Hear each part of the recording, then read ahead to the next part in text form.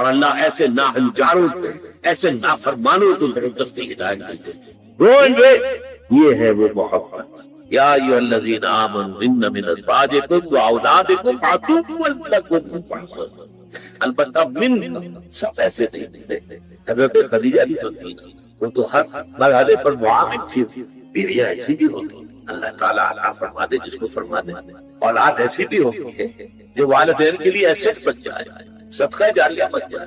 عام قاعدہ کیا ہے، عام قانون کیا ہے کہ ان کی محبت، انہیں اچھے سے اچھا کھلانا ہے، اچھے سے اچھا پہنانا ہے، تعلیم اعلیٰ کرانی ہے، امریکن اسکول میں داخل کرنا ہے، جائز ذرائع سے ممکن نہیں ہے، حرام سے کٹاؤ، مارے گئے، برباد ہو۔ حضور نے فرمایا سب سے بڑا بدبخت وہ ہے جو دوسروں کی دنیا بنانے کے لیے اپنی آنکھ کو چھپاتا ہے۔ تو آپ کی دنیا اور اپنی آنکھ کو لگی، ان کی محبت کی وجہ سے تم نے حرام خوری کی۔ ان من ازواجکم واولادکم عدوا لکم فاحذروہم، یقیناً تمہاری اولاد اور تمہارے بیویوں میں سے تمہارے دشمن،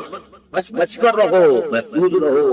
be on the guard, be on the alert, کوئی ایسا نہ غفلت ہو اور وہ محبت چپکے سے آ کر اور آپ کے دل میں براجمان ہو جائے اللہ کی محبت سے اور آپ کو پتہ بھی نہ چلے۔ لیکن اس کا یہ مطلب بھی نہیں، یہ قرآن مجید کی، قرآن میں جو تباسم ہے، تباسم اس کی سب سے اعلیٰ مثال یہ آیت ہے۔ ایک طرف بیوی اور اولاد کو دشمن قرار دیا جا رہا ہے، دوسری طرف لَإِن تَعْفُوا وَتَصْفَحُوا وَتَغْفِرُوا فَإِنَّ اللَّهَ غَفُورٌ رَحِيمٌ۔ اگر تم معاف کرتے رہو، اگر چشم پوشی سے کام ہو، ان کی خطائیں بخشتے رہو تو اللہ بھی تو غفور رحیم ہے۔ تین الفاظ ہم مان، یعنی یہ نہیں ہو جانا چاہیے کہ گھر کا معاملہ جو ہے وہ ایک جنگ کا نقشہ، جنگ کے میدان کا نقشہ پیش کر رہا ہر وقت جو ہے لان تان ڈان ڈپٹ، نہیں، اس سے تو رد عمل بھی پیدا ہو سکتا ہے، ضد پیدا ہو سکتا ہے۔ اکثر مذہبی گھرانوں کے ساتھ یہ حادثے پیش آتے ہیں، بیجا زبردستی جبر، نتیجہ کیا ہوتا ہے؟ رد عمل، بغاوت۔ اکثر یہ آیت ان کے لیے تیر بہدف ہے اگر واقعات پر غور کریں۔ وَكَفَّ أَبَا زَكَرِيَّا،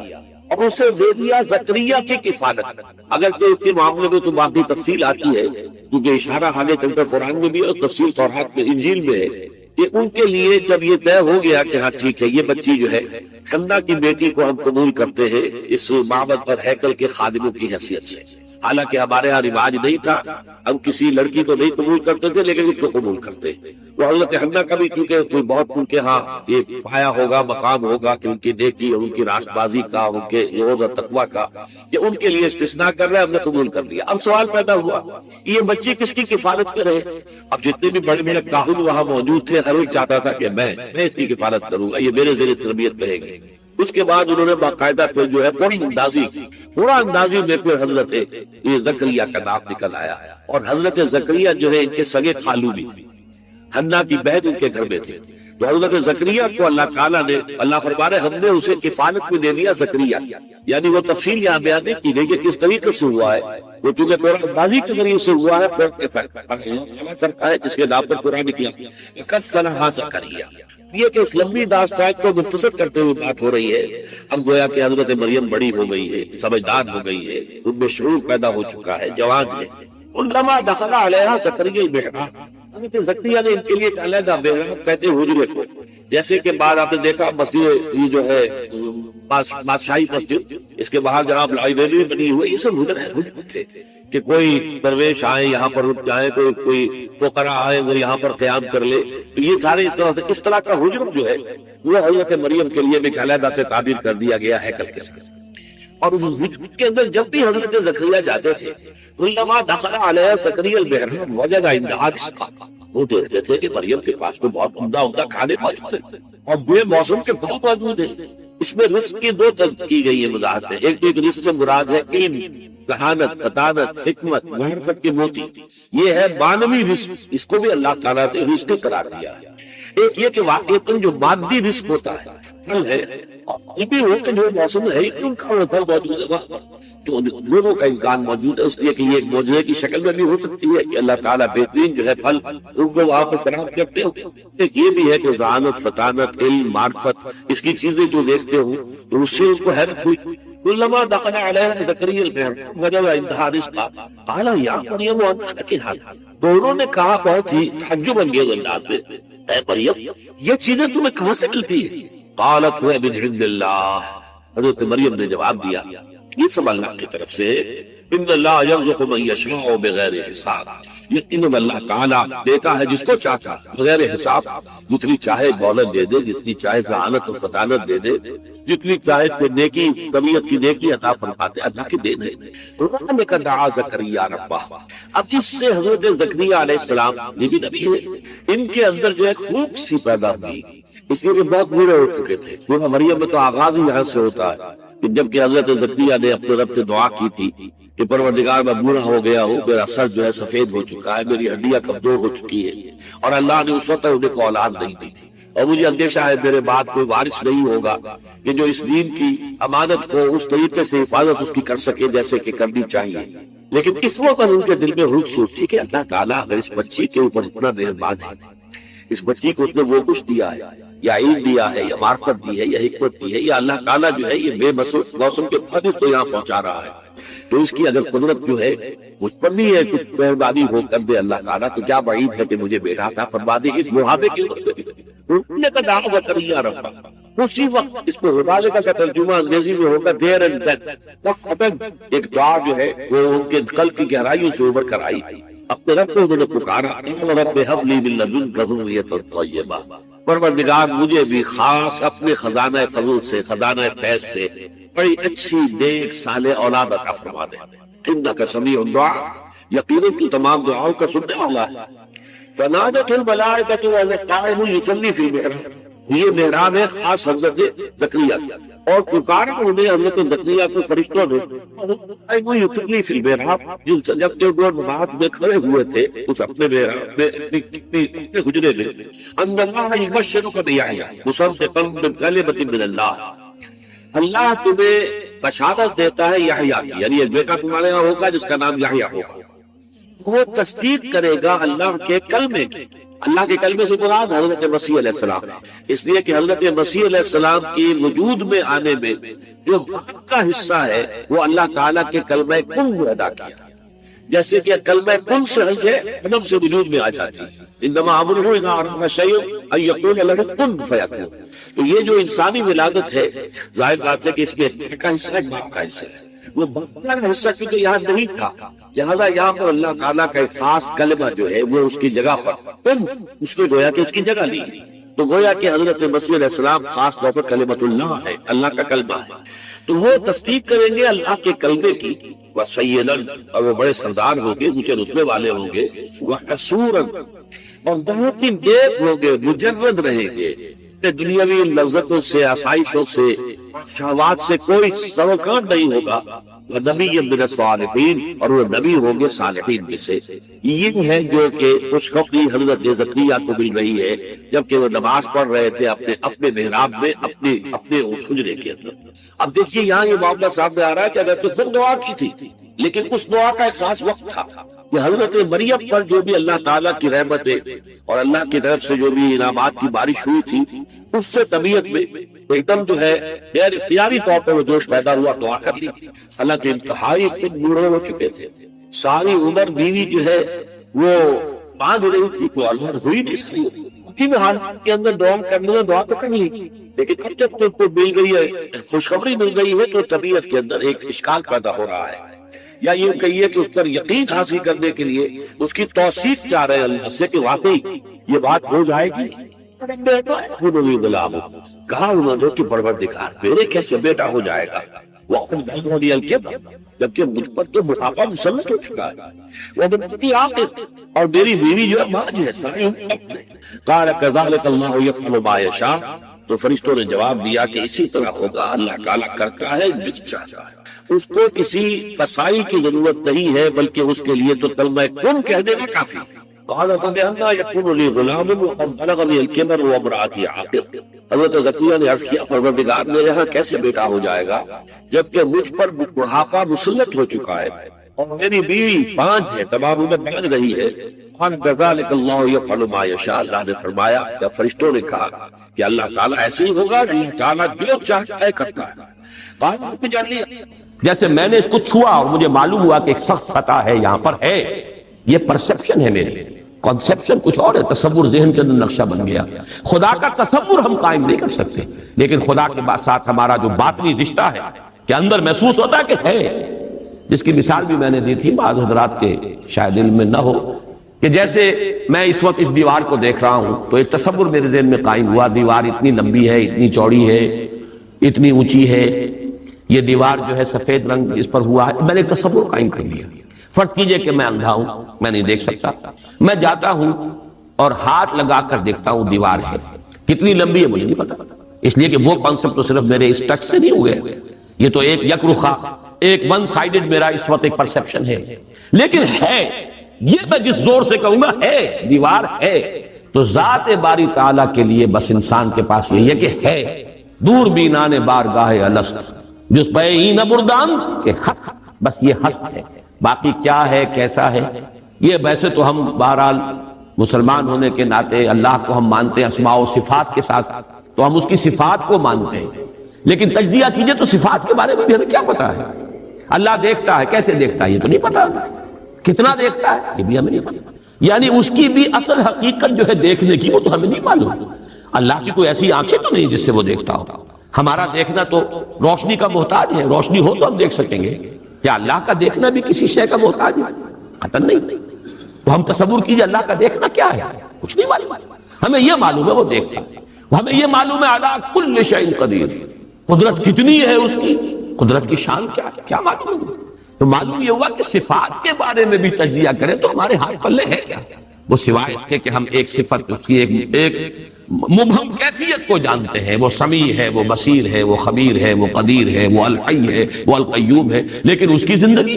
ہمارا تو زندگی کا تصور اعلیٰ ترین زندگی تو ہمارے پاس ہے مخلوقات میں سے، اس زندگی کے ساتھ 100 طرح کی لیمیٹیشنز ہیں، 100 طرح کی مجبوریاں ہیں، لیکن یہ کہ کیا اللہ تعالیٰ کی زندگی بھی اس زندگی پر قیاس کی جا سکتی ہے؟ معاذ اللہ۔ تو معلوم یہ ہوا کہ اللہ تعالیٰ کی ذات کے بارے میں تحیر کے سوا کچھ۔ تیسرا ہے تصور جو سب سے بلند ہے، وہ محبوب حقیقی، مطلوب اصلی، لا مطلوب الا اللہ، لا مقصود الا اللہ۔ ایک چوتھا تصور ہے وہ میں بعد میں عرض کروں گا۔ بہرحال قل هو اللہ احد، اب یہاں لفظ احد پر آئیے، اس لفظ کو بھی نوٹ کیجئے۔ ویسے تو عام خیال یہ ہے کہ یہ واحد ان کی بدلی ہوئی شکل ہے، چنانچہ عام رائے یہ ہے کہ احد اور واحد ہم مانی ہیں۔ اکثر مفسرین نے اردو میں جو ترجمے کیے مترجمین نے، وہ کہو اللہ، وہ اللہ ایک ہے، اگرچہ اس پر خاصا اعتراض وارد ہوتا ہے، وہ تو وہ بھی اللہ کو ایک مانتے تھے، صرف اس کے ساتھ کسی اور کو ایڈ کر لیا تھا، اس اللہ کو تو دو نہیں مانتے تھے، وہ جو بڑا اللہ تھا وہ تو ان کے نزدیک بھی ایک ہی تھا، اور ایک تو ہر شے ایک ہوتی ہے، جو معبود ہے 10 تو ان میں سے بھی ہر ایک اپنی جگہ پر تو ایک ہے، ایک کمپوز ایک اس کا وجود ہے، لیکن بہرحال چونکہ اکثر و بیشتر رائے یہ ہے کہ احد اور واحد تقریباً ہم مانی ہے، ترجمہ کیا گیا کہہ دو وہ اللہ ایک ہے، اور یہ کہ واحد ہی کی بدلی ہوئی شکل احد ہے، یہ تو ہے تقریباً بالعموم جو رائے ہے، لیکن میرے علم میں آج ہی یہ بات آئی ہے اور وہ میں آپ تک بھی منتقل کر رہا ہوں۔ امام راغب اصفہانی، ظاہر بات ہے لغت کے تو بہت بڑے امام ہیں، اور مفردات القرآن پر ان کی کتاب جو ہے معرکۃ الآراء مشہور، انہوں نے اسے علیحدہ مادہ قرار دیا ہے۔ احد ان کو الف ہا دال علیحدہ شروع میں الف کی تختی میں لائے، واحد ان کے ساتھ شامل نہیں کیا، معلوم ہوا کہ یہ ایک اپنی جگہ پر ایک مستقل مادہ ہے ان کے نزدیک، یہ واحد سے اس کا تعلق نہیں بلکہ احد اپنی جگہ پر ایک مستقل علیحدہ مادہ ہے، اور اسی اعتبار سے انہوں نے اسے واحد سے علیحدہ کر کے الف کی تختی کے اندر لیا ہے۔ اب اس کا جہاں تک استعمالات ہیں اس میں بھی اتفاق ہے، 3 اس کے استعمالات ہیں۔ سب سے زیادہ استعمال اس لفظ کا ہوتا ہے نفی مطلق کے لیے، کمرے میں کوئی نہیں ہے، ایک بھی نہیں ہے، جب یہ کہنا ہو تو احد کا لفظ آئے گا، نافی کوئی نہیں ہے، ایک بھی نہیں، اکیلا۔ اسی معنی میں قرآن مجید میں یہ لفظ بہت مرتبہ آیا ہے، خاص طور پر آپ سورہ کہف کو اگر دیکھیں گے، لا یشرک فی حکمہ احد، اللہ اپنے حکم اور اپنے اختیار میں کسی کو نہیں شریک، کسی ایک کو بھی نہیں کرتا، یعنی یہ نفی میں مبالغے کے لیے یہ لفظ استعمال ہوتا ہے، اور سورت ختم بھی ہوئی ہے فمن کان یرجو لقاء ربہ فلیعمل عملا صالحا ولا یشرک بعبادت ربہ احدا۔ احد کا اکثر و بیشتر استعمال عربی زبان میں نفی مطلق، کوئی نہیں، کوئی بھی نہیں، ایک بھی نہیں، جب اس کو کہنا ہو تو لفظ احد کا سہارا لیا جاتا ہے۔ یا پھر یہ لفظ آتا ہے مضاف یا مضاف الیہ ہو کر، جیسے عشرات کے ساتھ آئے گا، احد عشرہ کوكبا، یا احد و عشرون جمع کر کے، یہ گنتی کے ساتھ یہ مضاف ہو رہا ہے۔ اور یا یہ کہ جیسے کہ مضاف الیہ ہوتا ہے، فاما احدکما فیسقی ربہ خمرا، حضرت یوسف علیہ السلام نے فرمایا تھا ان دو نوجوان جو داخل ہوئے تھے جیل میں ان کے ساتھ، انہوں نے اپنے اپنے خواب بیان کیے، تم میں سے، تم دو میں سے ایک، احدکم، جیسے کہ حدیث میں آتا ہے لا یؤمن احدکم حتی یحب لنفسہ، حتی یحب لاخیہ ما یحب لنفسہ، یا لا یؤمن احدکم حتی یکون ہواہ طبعا لما جئت بہ، یا یہ کہ لا یؤمن احدکم حتی اکون احب الیہ من والدہ وولدہ والناس اجمعین۔ اب یہ تین احادیث آ گئی زبان پر، تو احدکم یہ گویا کہ مضاف ہو کر آ رہا ہے، اس طریقے سے یہ لفظ مضاف ہو کر یا مضاف الیہ ہو کر استعمال ہوتا ہے۔ صرف قرآن مجید میں یہ لفظ ذات باری تعالیٰ کے لیے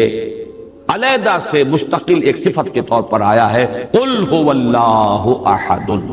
یہ ایک خاص بات ہے، اس کو نوٹ کر لیجیے کہ یہ لفظ کا یہ استعمال اس اعتبار سے، صفت کے اعتبار سے کسی اور کے لیے غیر اللہ کے لیے ہے ہی نہیں۔ قل هو اللہ احد، یہ اس یہاں پر آ رہا ہے ایک مستقل صفت علیحدہ، لیکن یہ صرف اللہ کے ساتھ۔ اب یہاں میں عرض کروں گا کہ میں اس کا ترجمہ جو میں نے آپ کو گنوائے ہیں مولانا فراہی نے کیا ہے بے ہما۔ قل هو اللہ احد اللہ الصمد، کہہ دو اللہ بے ہما ہے، اللہ باہما ہے۔ اصلاحی صاحب ان کے شاگرد ہیں، انہوں نے ترجمہ کر دیا ہے بے ہما کا ترجمہ کہہ دو اللہ سب سے الگ ہے اور اللہ سب کے ساتھ ہے۔ صمد اللہ سب کے ساتھ ہے، باہما اور احد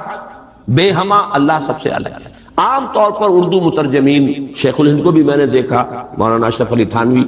رحمہم اللہ دونوں کو دیکھا، کہہ دو اللہ ایک ہے، لیکن یہ کہ بہرحال میرا مزاج، میرا ذوق اس ترجمے کو قبول نہیں کرتا۔ واحد اور ہے، احد اور ہے، یہ شان ہی علیحدہ ہے، اس لفظ کو واحد کے بالکل برابر کر دینا کم سے کم میرا ذوق اسے قبول نہیں کرتا۔ ویسے قرآن میں وہ لفظ بھی آیا الواحد القہار، للہ الواحد القہار، واحد ہے، الواحد ہے، لیکن احد یہ شے ہی اور ہے۔ بہت قریب گئے ہیں مولانا مودودی، وہ لفظ لائے ہیں کہہ دو اللہ یکتا۔ یکتا کا لفظ میرے نزدیک بہت قریب کی تعبیر، لیکن میں اس کو ایک خاص، میرا چونکہ اپنی ایک رائے ہے اس کے اعتبار سے اس کا میں ترجمہ کر رہا ہوں، کہہ دو اللہ اکیلا ہے۔ اکیلا وہ ہے جس کے ساتھ کوئی نہیں۔ اکیلا کس اعتبار سے؟ یہ ہے اصل میں وہ نقطہ۔ اللہ ایک تو اس اعتبار سے اکیلا ہے کہ وہ صرف ایک اکیلا واحد معبود ہے اور کوئی معبود اس کے ساتھ نہیں۔ سورہ کافرون کے ساتھ جب آپ جوڑیں گے تو یہ تصور نمایاں ہو کر سامنے آئے گا۔ میرا اللہ وہ اللہ ہے جو اکیلا ہے، اس کے ساتھ کوئی اور الہ نہیں ہے۔ لا الہ الا اللہ، اللہ کے سوا کوئی معبود نہیں۔ یہ در حقیقت مفہوم بنا قل هو اللہ احد، بات وہی ہے جو لا الہ الا اللہ میں کہی گئی ہے، لیکن یہ کہ یہاں پہ اسلوب بدل گیا، قل هو اللہ احد، وہ اکیلا، کوئی اس کے ساتھ نہیں۔ لیکن اسی کا ایک انتہائی بلند مقام ہے، مقام وہ خطرناک ہے، عام لوگوں کی ذہن سے ذرا بلند تر، اسی لیے عوام اس کے بارے میں مغالطوں میں مبتلا ہوتے ہیں۔ اور آج کل کا ہمارا ایک بہت بڑا طبقہ چونکہ زیر اثر ہے کچھ ایسے مفکرین کے کہ جن کا ذوق وہ نہیں تھا جو اس سطح کا ہو جو میں ابھی عرض کر رہا ہوں، لہذا وہ اسے شرک سے بھی تعبیر کر بیٹھتے ہیں، اور وہ ہے توحید وجودی۔ وہ اکیلا ہے، اکیلا ہی مانی کہ وجود حقیقی صرف اس کا۔ یہ توحید وجودی جس کو میں تفصیل سے بیان کر چکا ہوں سورہ حدید میں، هو الاول والآخر والظاہر والباطن، وہی پہلا، وہی آخر، وہی ظاہر، وہی باطن، وہی وہ، اور کوئی ہے ہی نہیں۔ جو نظر آ رہے ہیں حقیقت میں نہیں ہے۔ کل ما فی الکون وہم او خیال او عکوس فی المرایا او ظلال، کل جو کچھ نظر آتا ہے موجودات میں یہ وہم ہے یا خیال ہے، یا جیسے شیشے میں عکس نظر آتا ہے، آپ ادھر کھڑے ہیں ادھر بھی نظر آ رہے ہیں، وہاں تو کوئی نہیں ہے، ادھر ہی ادھر ہے جو ہے، جو کوئی نہیں ہے وہاں نظر تو آ رہا ہے۔ اور عکوس فی المرایا او ظلال، یا سایہ ہے، درخت کی شاخ اوپر ہے، سایہ نیچے پڑ رہا ہے، سایہ کا کوئی وجود نہیں، لیکن نظر تو آ رہا ہے۔ جس کو کہ حضرت مجدد الفسانی نے فرمایا کہ یہ سنے خدا بندی کہ معدوم را موجود می نمائند، یہ معدوم ہے کائنات، حقیقت میں موجود نہیں ہے، لیکن اس کو اللہ تعالیٰ نے موجود کر کے دکھا دیا ہے، نظر آ رہا۔ یا جیسے وہ آتشی دائرے کی مثال میں نے دی ہے بارہا، یہ حضرت مجدد کی دی ہوئی مثال ہے کہ اگر آپ ایک قندیل لے لیں، لکڑی ہے ایک لمبی، اس کے ایک سرے کے اوپر آپ نے کپڑا باندھا، تیل ڈال دیا، مٹی کا آگ لگا دی،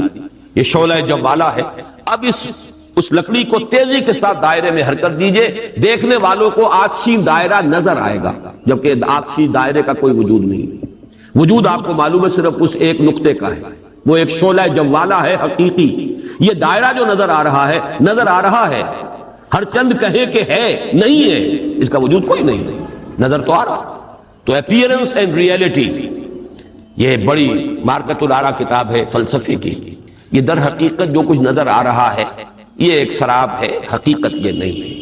حقیقی وجود صرف اللہ۔ اس کو میں یعنی وجود کے اعتبار سے توحید وجودی،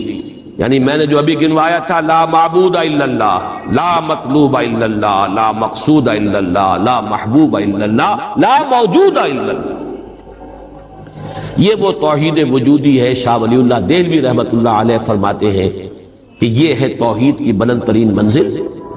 اور یہاں آ کر وحدت الوجود اور وحدت الشہود ایک ہو جاتے ہیں، ان میں کوئی فرق نہیں، تعبیر کا فرق۔ کیونکہ میری یہ رائے ہے، لیکن یہ فلسفے کا مسئلہ ہے، میں اس کو بیان نہیں کرنا چاہتا۔ قرآن مجید میں یہ مسئلہ یا سورہ حدید کی اس آیت میں آیا ہے، قرآن سے باہر سے بات نہیں کر رہا ہوں، لیکن یہ کہ ہر شخص کے ذوق کی چیز نہیں ہے، ہر شخص کا یہ نہ مزاج ہے، نہ ذوق ہے، نہ اس میں استعداد ہے، نہ صلاحیت ہے کہ ان مسائل پر غور کرے۔ تو میں یہ نہیں چاہتا کہ لازماً آپ میری اس رائے سے اتفاق کریں، لیکن یہ میں ضرور چاہتا ہوں کہ اگر سوء ظن ہے آپ کے دل میں کہ جو لوگ اس بات کو مانتے ہیں وہ مشرک ہو گئے، اس کو ذہن سے نکال دیجئے، اس لیے کہ پھر نابک نے تیرے سید نہ چھوڑا زمانے میں، شاہ ولی اللہ بھی مشرک ہوں گے، حضرت مجدد بھی مشرک ہوں گے، باقی یہ رومی وومی یہ تو ہے، ان کی تو خیر حیثیت ہی کیا ہے بیچاروں کی، وہ تو سب کے سب مہا مشرک شمار ہو جائیں گے، کوئی نہیں بچے گا پھر جو بھی ہمارے اکابر ہیں۔ ہاں محمد ابن عبد الوہاب بچ جائیں گے، ابن تیمیہ بچ جائیں گے رحمہم اللہ، باقی یہ کہ ان کے سوا بچنے والا اور کوئی نہیں ہے۔ تو یہ توحید وجودی یا وحدت الوجود یا وحدت الشہود میرے نزدیک قل هو اللہ احد، کہہ دو وہ اللہ ہے اکیلا تنہا۔ مجھے وہ بار بار جب میں سوچ رہا تھا قیس جنگل میں اکیلا ہے مجھے جانے دو، ہو گزرے گی جو مل بیٹھیں گے دیوانے دو، اللہ اکیلا ہے۔ اور واقعہ یہ ہے، یہ تصور جو ہے اگرچہ بہت بلند ہے، لیکن کبھی اگر اس کے کہیں کناروں تک بھی رسائی ہو جائے انسان کی تو اس کی جو ایک وسعت پیدا ہوتی ہے اس کے ذہن میں، اس کا مینٹل ہورائزن وہ جو اس قدر وسیع ہو جائے گا، وہ اس کا تصور وہ شخص نہیں کر سکتا کہ جس کا کوئی بھی اس کے حاشیہ خیال میں یہ بات نہ آ سکتی۔ لیکن اس کا یہ مفہوم اگر نکال لیا جائے، عام لوگوں نے یہ سمجھا اس کا مطلب ہر شے خدا ہے، اگر کوئی شے موجود نہیں جبکہ تجھ میں نہیں کوئی موجود، پھر یہ ہنگامہ ہے خدا کیا ہے؟ کچھ نہیں ہے، نہیں ہے۔ یہ اصل میں جو وحدت الوجود ہے وہ یہ نہیں ہے کہ یہ سب چیزیں خدا ہیں، بلکہ یہ کہ خدا ہی ہے، باقی کچھ موجود نہیں، جو کچھ نظر آ رہا ہے وہ توہم ہے، خیال ہے، یہ صرف اپیئرنس ہے، اور اپیئرنس آپ کو معلوم ہے ہر وقت بدلنے والی شے ہے، پینٹا ہائی، ایوری تھنگ از چینجنگ، یہ سب ٹرانزینٹ چیزیں ہیں کہ جو گزر رہی ہیں، جیسے لہریں ہیں، لہر نظر آتی ہے لہر ہے، لیکن یہ کہ یہ بالکل عارضی سا ایک وجود ہے، اعتباری سا وجود ہے، لہر کا حقیقت میں کوئی وجود نہیں۔ اسی طریقے سے یہ کائنات، تو یہ نہیں ہے کہ جو کچھ ہے وہ خدا ہے، معاذ اللہ، یہ ہماوست ہے، اور یہ در حقیقت کفر بھی بن جاتا ہے، شرک بھی بن جاتا ہے۔ لیکن توحید وجودی یا وحدت الوجود یہ بالکل مختلف شے ہے، اور میرے نزدیک اس آیہ مبارکہ کا اصل مدلول یہ ہے، قل هو اللہ احد، بلند ترین توحید توحید وجودی، لا معبود الا اللہ سے لے کر لا موجود الا اللہ، اس لیے کہ احد کا لفظ واحد نہیں ہے، اکیل یکتا، لیکن اس سے بھی آگے بڑھ کر جو ترجمہ میں کر رہا ہوں وہ یہ ہے کہ کہہ دو اللہ اکیلا ہے، کوئی اس کے ساتھ نہیں۔ جیسے کہ غالباً حضرت بایزید بستامی کے بارے میں آتا ہے کہ ان کی محفل تھی تو ان کا کوئی مرید جو تھا اس نے ایک عجیب کیفیت ہوتی ہے انسان کی، اس کیفیت میں ایک جملہ کہا، وہ بھی زمانہ کیسا ہوگا جبکہ اللہ ہی تھا اور کچھ نہ تھا۔ اب ایک تصور ہے، اب تو کائنات ہے، یہ ہے، آسمان ہے، زمین ہے، ستارے ہیں، سیارے ہیں، سب کچھ ہے، وہ بھی زمانہ ہوگا جبکہ اللہ ہی تھا اور کچھ نہ تھا۔ تو وہ بایزید بستامی ہے جو دوسرے بزرگ کوئی ہو سکتے ہیں اگر مجھے نام کا اس وقت مغالطہ ہو رہا ہو، انہوں نے اسی کیف کے عالم میں جواب دیا الان کما کان، میرے عزیز اب بھی ایسا ہی ہے، اللہ ہی ہے اور کچھ نہیں ہے، جیسے پہلے تھا جس کا تم تصور کر رہے ہو اب بھی حقیقت میں وہی۔ اس کو میں ذرا اور آسان کر دوں تاکہ جو نسبتاً یعنی سادہ مزاج حضرات ہیں ان کی سمجھ میں بھی یہ بات آ جائے، کسی مغالطے میں مبتلا نہ۔ دیکھیے جب ہم کہتے ہیں لا محبوب الا اللہ، کیا معنی ہے اس کے؟ یہ معنی تو نہیں ہے کہ اولاد سے محبت نہ کرو، یہ تو دین کی تعلیم نہیں ہے۔ معنی کیا ہے؟ ساری محبتوں سے بالا تر محبوب حقیقی صرف اللہ کو جانا۔ لا محبوب الا اللہ کا مطلب یہ ہے، یہ نہیں کہ آپ کاٹ لیجیے محبت ہر ایک کی۔ اولاد سے محبت کرو، شوہر بیوی سے محبت کرے، بیوی شوہر سے محبت کرے، وطن سے محبت کرو، بلکہ اتنی خوشخبریاں ہیں وجبت محبتی للمتحابین فیہ، میری محبت واجب ہو گئی ان کے لیے جو میرے لیے ایک دوسرے سے محبت کرے۔ تو ایک مسلمان سے محبت کرتا ہے، ایک مومن سے محبت کرتا ہے، ایک مجاہد دوسرے مجاہد سے محبت کرتا ہے، یہ محبت تو مطلوب ہے۔ لا محبوب الا اللہ کا مطلب یہ نہیں ہے کہ ساری محبتوں کی نفی ہوگی۔ اسی طرح جب ہم کہتے ہیں لا موجود الا اللہ، اس کا مطلب یہ نہیں کہ تمام موجودات کی نفی ہو گئی، بلکہ یہ کہ وجود حقیقی صرف اللہ کا ہے۔ یہ اعتباری وجود ہے جن کی کوئی حقیقت نہیں ہے، یہ دائمی وجود، مستقل وجود، وہ وجود جو از خود ہے، با خود ہے، خود بخود ہے، جسے کسی نے وجود نہیں عطا کیا، جس کا وجود ایسا نہیں ہے کہ کبھی شروع ہوا اور کبھی ختم ہو جائے، وہ وجود حقیقی صرف اللہ ہے۔ اب اس میں تو کوئی اشکال نہیں رہے گا، اس معنی میں اگر کہا جائے لا موجود الا اللہ تو ہر شخص رہے گا۔ اس کی ایک اور مثال میں آپ کو دے دوں، دعا استخارہ میں حضور فرماتے ہیں فَإِنَّكَ تَعْلَمُ وَلَا أَعْلَمُ وَتَقْدِرُ وَلَا أَقْدِرُ، اے اللہ میں تجھی سے استخارہ کر رہا ہوں، انی استخیرک بعلمک واستقدرک بقدرتک واسألک من فضلک العظیم فإنک تقدر ولا اقدر وتعلم ولا اعلم، تو جانتا ہے میں نہیں جانتا، تو قدرت رکھتا ہے مجھے کوئی قدرت حاصل نہیں، تو کیا کوئی قدرت حاصل نہیں تھی حضور کو؟ کیا کچھ علم حاصل نہیں تھا حضور کو؟ یہ بمقابلہ علم خداوندی، بمقابلہ قدرت خداوندی کل موجودات کی قدرت اور ان کی نفی مطلق ہو جائے گا، کوئی علم نہیں۔ یہی بات یہاں کہہ دی تھی، کوئی وجود نہیں ہے، وجود حقیقی صرف اللہ۔ بہرحال یہ تمام تصورات ان کی تعبیرات ہیں، تعبیرات میں ذرا سخت سے سخت تر مقامات بھی آ جاتے ہیں، مشکل سے مشکل تر مقامات بھی آ جاتے ہیں، میں اس کی تفصیل میں اس وقت نہیں جا رہا، لیکن میرے نزدیک اس سورہ مبارکہ کی پہلی آیت اس عظیم ترین سطح پر توحید کو بیان کر رہی ہے، اور یہ جیسا کہ میں نے عرض کیا تھا جب تک یہ بات سامنے نہ آئے، چار اعتبارات سے کس طریقے سے توحید کے بیان کو اس صورت نے سمو لیا اپنے اندر اور جمع کر لیا ہے، تبھی اس کی وہ عظمت ہے کہ ثلث قرآن کے مساوی یہ صورت ہے، تبھی اس سے صحابہ کی وہ محبت کا راز جو ہے وہ کھلتا ہے کہ کیوں ہے، ایسے ہی نہیں ہے۔ قل هو اللہ احد، کہہ دو وہ اللہ ہے، میرا معبود جسے میں پوچھتا ہوں وہ اللہ ہے، لیکن وہ اللہ نہیں جسے تم پکار رہے ہیں، وہ اللہ جو اکیلا ہے، تنہا۔ اللہ الصمد، جیسا کہ میں عرض کر چکا ہوں صمد کا لفظ قرآن مجید میں ایک ہی مرتبہ آیا ہے، اور اس کے مفہوم کو بھی دو معنی سے بیان کیا گیا ہے۔ ایک تو چونکہ ایک مرفوع روایت بھی امام راضی لے کر آئے ہیں، روے عن ابن عباس رضی اللہ تعالی عنہما، کہ حضور سے پوچھا گیا اللہ کا صمد ہونا کیا معنی ہے اس کے، تو آپ نے فرمایا هو السید الذی یصمد الیہ فی الحوائج، اصل میں یہ صمد جو ہے عربی زبان میں یہ ہوتا تھا کسی چٹان، مضبوط چٹان کی طرف جس کو پشت پر رکھ لیا جائے تو دشمن سے مقابلے میں انسان کو سہولت ہوتی ہے۔ اگر آپ جیسے کہ وہ حضرت عمر کا بھی واقعہ بیان ہوتا ہے، بعض حضرات تو اس کو نہیں مانتے لیکن اکثر لوگ مانتے ہیں کہ مسجد نبوی میں خطبہ دے رہے تھے حضرت عمر، اور اس وقت شام کے ایک محاذ پر جنگ بھی ہو رہی تھی، اس وقت حضرت ساریہ جو امیر الجیش تھے وہ کوئی غلطی کر رہے تھے، اسٹریٹجک مسٹیک ہو رہی تھی کہ انہوں نے پوزیشن ایسی لے لی تھی کہ جو غلط تھی جنگی تدبیر کے اعتبار سے، تو حضرت عمر نے وہی اللہ نے کہیں دکھا دیا، اللہ کو قدرت حاصل ہے وہ دکھا دے۔ آج ٹیلی ویژن سے آپ دیکھ سکتے ہیں تو اللہ تعالیٰ بغیر ٹیلی ویژن کے آج سے 1400 برس قبل دکھا سکتا تھا، انہونی بات نہیں ہے کہ وہ نقشہ سامنے آ گیا، جیسے حضور فرماتے ہیں جب آپ سفر معراج سے واپس آئے، جب سوال کیے لوگوں نے اچھا آپ مسجد اقصی میں گئے تھے، وہاں گئے تھے، وہاں کتنی کھڑکیاں ہیں، کتنی کڑیاں ہیں، کیا ہے، تو اب حضور ایک دفعہ چونکے کہ اب یہ میں نے کوئی کھڑکیاں تو نہیں گنی وہاں پر، لیکن یہ کہ اگر مجمع میں آپ نہ بتا سکتے تو تالیاں پڑ جاتی، اس وقت اللہ نے فوراً وہ جو ہے لا کر سامنے کھڑا کر دیا وہ نقشہ، اور حضور دیکھ دیکھ کر بیان کرتے رہے یہ ایسا ہے ایسا ایسا۔ تو یہ تو در حقیقت بالکل اللہ کی قدرت سے ہرگز کوئی اس میں بودھ نہیں ہے۔ تو حضرت عمر نے وہی فرمایا ہے اور صحابہ نے سنا، یا ساریۃ الجبل، یا ساریۃ الی الجبل، ہے ساریہ کیا غضب کر رہے ہو، غلطی کر رہے ہو، پہاڑ کی طرف جاؤ، پہاڑ کو پشت پر رکھو، پہاڑ پشت پر ہو تو آپ پشت کی طرف سے اب محفوظ ہو گئے، آپ یکسو ہو کر سامنے سے دشمن کا مقابلہ کر سکتے ہیں، اور اگر اندیشہ رہے کہ کہیں پیچھے سے کوئی حملہ آور نہ ہو جائے تو وہ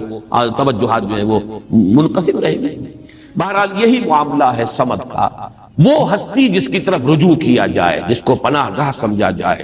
جس کی طرف اپنی مشکلات کے اندر رجوع کیا جائے، اور اس اعتبار سے پھر وہی مطلوب بن جاتا ہے، وہی مقصود بن جاتا ہے، وہی محبوب بن جاتا ہے، اسی کی عزت کی جاتی ہے، اسی کی تکریم ہوگی، اسی کا اعزاز ہوگا، اس کے سامنے انسان جو ہے وہ اپنے آپ کو جھکائے گا، جس بڑے بڑے سردار۔ تو یہ سمد جو ہے اس معنی میں، اور ایک سمد وہ شے ہے جس کو کھوکھلی نہ ہو، لا جوف لہو، بہت مضبوط اپنی جگہ پر توانا چٹان۔ ایک تو وہ چٹان ہے جو کھوکھلی ہے، لیکن یہ کہ ایک چٹان وہ ہے جو مضبوط اور بالکل سالڈ چٹان۔ ان دونوں اعتبارات سے اللہ الصمد کا ترجمہ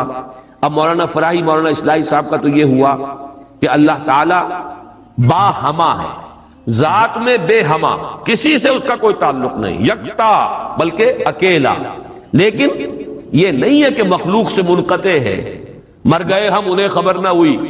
یا یہ ہے کہ مخلوق کی دعائیں نہ سنتا ہو، مخلوق کی حاجت روائی نہ کرتا ہو، نہیں، سب کا ملجا وہی ہے، سب کا ماوا وہی ہے، سب کے لیے پناہ گاہ وہی ہے،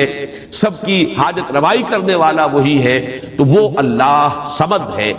یہ دو احد اور صمد جو ہے اس نے جڑ کر اصل میں اسی طریقے سے ایک تصور کو مکمل کیا ہے، جیسا کہ آیت الکرسی میں اللہ لا الہ الا ہو الحی القیوم، الحی اور القیوم، الحی از خود زندہ، زندہ جاوید، اور قیوم باقی پوری کائنات کو تھامے ہوئے، سنبھالے ہوئے، پوری موجودات کا یہ سارا سلسلہ یہ محتاج ہے اللہ کا۔ اس کی میں نے پہلے بیان کی ہے، بہترین تمثیل وہ ہے جو مولانا مناظر حسن گیلانی رحمۃ اللہ علیہ نے دی ہے، ربط الحادث بالقدیم کی مثال۔ اللہ کی ذات اور اس کائنات کے درمیان ربط اور تعلق کیا ہے؟ انہوں نے مثال دی ہے کہ آپ اپنے ذہن میں نقشہ قائم کیجئے، تاج محل کا نقشہ، جس نے تاج محل دیکھا ہو، چلیے آپ نے مینار پاکستان دیکھا، مینار بن پاکستان کا تصور کیجئے، ذہن میں نقشہ قائم کیجئے۔ یہ ذہن میں جو نقشہ قائم ہوا ہے، آپ اس کے اوپر بھی ہیں، باہر بھی ہیں، اندر بھی ہیں، پیچھے بھی ہیں، نیچے بھی ہیں، آپ ہی آپ ہیں، وہ تو اس کا وجود ہی کوئی نہیں، لیکن ہے ذہن کے اندر ایک تصور قائم ہے اس وقت، اور یہ تصور اسی وقت تک قائم رہے گا جب تک کہ آپ کے ذہن کا ارتکاز ہے، توجہ اس پر ہے، توجہ ہٹی نہیں کہ اس کا کوئی وجود ہے ہی نہیں، وجود ختم۔ بالکل یہی معاملہ اس کائنات کا، یہ سارا سلسلہ اس کا قیوم اللہ ہے، تھامے ہوئے، اسی کی توجہ، اسی کی عنایت، اسی کی ربوبیت، اسی کی خبرگیری، اسی کی تدبیر، یہ سب اس کو تھامے ہوئے۔ تو اپنی ذات میں الحی، کائنات کے لیے القیوم، اسی طرح اپنی ذات میں الاحد، اکیلا، تنہا، بے ہما، اور پوری کائنات اور جملہ موجودات کے لیے الصمد، اسی کی طرف رجوع، اسی کی طرف توجہ، وہی مطلوب، وہی مقصود، وہی محبوب، وہی حاجت روا، وہی مشکل کشا۔ اس اعتبار سے اس میں توحید عملی، اسی سے مانگو، اسی سے پناہ طلب کرو، اسی کی طرف توجہ کرو، انی وجہت وجہی للذی فطر السماوات والارض، اسی سے لو لگاؤ، اسی سے حاجت روائی کے لیے سوال کرو، اسی کے سامنے مشکلات پیش کرو، یہ جو ہے پھر اسی کی عبادت کرو، اسی کی اطاعت کرو، اسی کی بندگی کرو، اسی کی توقیر کرو، اسی کی تعظیم کرو۔ یہ تمام چیزیں کہ جو عمل میں آ جائیں گی، وہ توحید وجودی، یہ توحید عملی۔ قل هو اللہ احد اللہ الصمد۔ تیسری آیت میں ہے توحید ذاتی، لم یلد ولم یولد۔ میں شرک کی مختلف اقسام کے ضمن میں جو 6 کیسٹ ہیں، اللہ کا شکر ہے بہت دنیا میں عام ہوئے ہیں، اس میں یہ تقسیم بیان کر چکا ہوں، شرک فی الذات، شرک فی الصفات، اور شرک فی العمل یا شرک فی الحقوق، یہ 3 شرک ہیں۔ شرک فی العبادت، یہ تیسری جو نوعیت ہے، اس کے لیے شرک فی الحقوق بھی کہا جا سکتا ہے، اسی کا حق ہے کہ اس کی عبادت کی جائے، اور اسی کو شرک عملی بھی کہہ سکتے ہیں۔ بہرحال شرک عملی کی جڑ کاٹ دی اللہ الصمد۔ پہلا جو توحید کا درجہ ہے وہ بہت بلند ہے، بہت اونچا ہے، یہ حکماء اور فلاسفہ کی بھی چوٹی کے لوگ جہاں حکمت اور تصوف دونوں چیزیں جا کر جڑ جاتی ہیں وہ ایک مقام ہے۔ خالص فلسفہ بھی انسان کو کہیں نہیں لے کے جاتا، اور عقل اور فکر کی بلندی نہ ہو تو تصوف بھی محض نفسیاتی ریاضتیں بن کر رہ جاتی ہیں، سائیکولوجیکل ایکسرسائزز کے سوا کچھ نہیں رہتا۔ اصل تصوف جس کا میں قائل ہوں وہ ہے کہ جو فکر اور فلسفے کی بھی انتہا ہو، اور پھر اس کے ساتھ یہ جو اللہ کے ساتھ انسان کا قلبی ذہن اور قلب دونوں کے اتحاد کے ساتھ اللہ کے ساتھ ایک رابطہ۔ بہرحال تو یہاں جو تیسرا شرک ہے اور جو ہمارے اس شرک کے بیان میں آتا ہے نمبر 1 پر، بدترین شرک، شرک فی الذات، اس کی بدترین صورت، فلسفیانہ صورت تو وہ ہے ہماؤس، اللہ ہی نے اس کائنات کا روپ دھار لیا ہے۔ برف تھا پگھل کر پانی بن گیا، اللہ تھا اس نے ہی اس کائنات کا روپ دھار لیا۔ اب اللہ کہاں ہے؟ یہی کائنات اللہ ہے۔ اللہ پانی تھا وہی تو بھاپ بن گیا، اب پانی کہاں ہے؟ یہ بھاپ ہی تو پانی ہے۔ ایک یہ شکل ہے، یہ بدترین صورت ہے شرک فی الذات کی، یہ ہے وہ ہماؤس، یہ جس میں کہ ہر شے خدا بن گئی، اس لیے کہ خدا ہی نے در حقیقت یہ صورت اختیار کر لی۔ یا پھر مذہبی میدان میں یہ شرک آیا ہے اللہ کے لیے بیٹا بیٹی۔ بیٹا بیٹی ایک تو یہ سمجھے اولاد جو ہے وہ جز ہوتا ہے۔ اولاد کیا ہے؟ باپ کا ایک نطفہ ہے، اسی سے تو اسی نے ڈیولپ ہو کر ایک شکل اختیار کی ہے، اور پھر وہ کفو ہوتا ہے برابر کا۔ سید باپ ہے تو بیٹا بھی تو سید ہی ہوا، مغل باپ ہے تو بیٹا بھی مغل ہے، اسی طریقے سے گھوڑا ہے تو بیٹا بھی گھوڑا ہی ہے۔ وہ تو جنس جو ہے اس میں کفو جس کو کہتے ہیں ہم، برابری کا معاملہ یہ ہے اولاد کے اندر، اس سے زیادہ برابری کا اور کوئی تصور نہیں ہے۔ اس پہلو سے لم یلد ولم یولد نے جڑ کاٹی ہے ان تصورات کی کہ حضرت مسیح کو خدا کا بیٹا بنا دیا گیا، کسی نے حضرت عزیر کو خدا کا بیٹا بنا دیا، ملائکہ کو اہل عرب جو ہے خدا کی بیٹیاں قرار دے رہے ہیں۔ یہ بیٹا بیٹی کا تصور، جیسے قرآن کہتا ہے کیسے ہو جائے گی اس کی اولاد جبکہ اس کی کوئی جوڑی نہیں، ولم تکن لہ صاحبہ، کوئی تصور نہیں۔ اور عیسائیوں میں تو خیر ایک طبقہ وہاں تک بھی گیا ہے کہ حضرت مسیح کی والدہ حضرت مریم کو بھی الوہیت میں شامل کیا ہے۔ اولین تثلیث تو یہی تھی کہ اللہ اور حضرت مریم اور حضرت عیسیٰ، بعد میں یہ کہ حضرت مریم کو نکال کر اور روح القدس کو شامل کیا گیا، God is father, God is son and the Holy Ghost یا ہولی اسپرٹ۔ یہ تثلیث ہے جو عام طور پر اب چلتی ہے، لیکن پہلے تو تثلیث کے اندر جیسے کہ قرآن مجید میں بھی ہے حضرت مریم کو بھی انہوں نے شامل کیا۔ اس اعتبار سے نوٹ کیجئے کہ لم یلد ولم یولد یہ در حقیقت توحید ذات، نہ اس نے کسی کو جنا نہ وہ جنا گیا، نہ کوئی اس کے والدین، نہ کوئی اس کی جورو، نہ کوئی اس کی اولاد۔ اس اعتبار سے وہ یکتا، تنہا، اکیلا، یونیک، انگریزی کا لفظ یونیک جو ہے وہ میں سمجھتا ہوں کہ شاید سب سے زیادہ قریب ترین تعبیر کرے گا، ایک یونیک ایگزسٹنس ہے جس کو کسی پر قیاس نہیں کیا جا سکتا، لا مثل لہ ولا مثال لہ ولا مثیل لہ، اس کے لیے کوئی مثال نہیں، لیس کمثلہ شیء وہو السمیع البصیر، اس کے مثال جیسی بھی کوئی شے نہیں ہے۔ یعنی یہ اب اس سے زیادہ ہماری زبان ہے، عربی زبان بھی تو آخر انسانوں کی زبان تھی، اس میں کسی ایک ایبسولوٹ اور مطلق تصور کو پیش کرنے کی جو لیمیٹیشن ہے وہ نہیں، لیسا کا مثلہ شیء، اب یہ اس سے زیادہ جو ہے نفی کرنا مثلیت کی وہ ممکن نہیں۔ اور جیسا کہ میں نے اپنی تقریروں میں بیان کیا ہے، اس شرک پر اللہ کا غضب سب سے زیادہ بھڑکتا ہے، اس لیے کہ تو ذات کو شریک کر دیا آپ نے اللہ کا، کیونکہ یہ فلسفیانہ ہماؤس وغیرہ عرب میں وہاں موجود نہیں تھے، یہ ہندوستان کی بیماریاں تھیں، لہذا قرآن مجید میں اس کا ذکر اس انداز میں نہیں ہے۔ البتہ شرک فی ذات کی ایک شکل کے جو وہاں موجود تھی وہ بیٹا بیٹی کا تصور، اور شرک فی ذات ہی کی دوسری شکل جو ہندوستان میں یا اور دوسری جگہوں کے فلسفیانہ مذاہب میں ہے وہ ہماؤس کہ خدا ہی نے در حقیقت یہ روپ، وہ انکارنیشن کہیں یا یہ کہ یہ حلول و اتحاد ایجا محالس، یہ سارے تصورات جو ہیں یہ فلسفیانہ ہیں۔ لم یلد ولم یولد ولم یکن لہ کفوا احد، اور نہیں ہے کوئی بھی اس کا کفو، کفو کاف فے اور واو اور کاف فے اور حمزہ، پھر یہ وہ ہے جو الف واو اور یہ جو ہے بدل جاتے ہیں،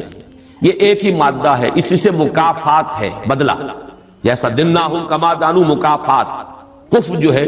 کہتے ہیں ہم سر، اس کے لیے ہمارے ہاں جب علماء تقریریں کرتے ہیں تو جو ان کے خطبات ہوتے ہیں، لا ضد لہ ولا ند لہ، ضد اور ند، یہ در حقیقت جو بھی ہمسر ہوگا وہ تو مقابلے میں آئے گا، وہ تو چیلنج کرے گا کہیں نہ کہیں، تو ضد بھی کہتے ہیں کسی کا حریف، ند مخالف۔ اور یہ لفظ حضور صلی اللہ علیہ وسلم نے استعمال فرمایا تھا جبکہ کسی صحابی کی زبان سے الفاظ نکل گئے ما شاء اللہ و ما شئت،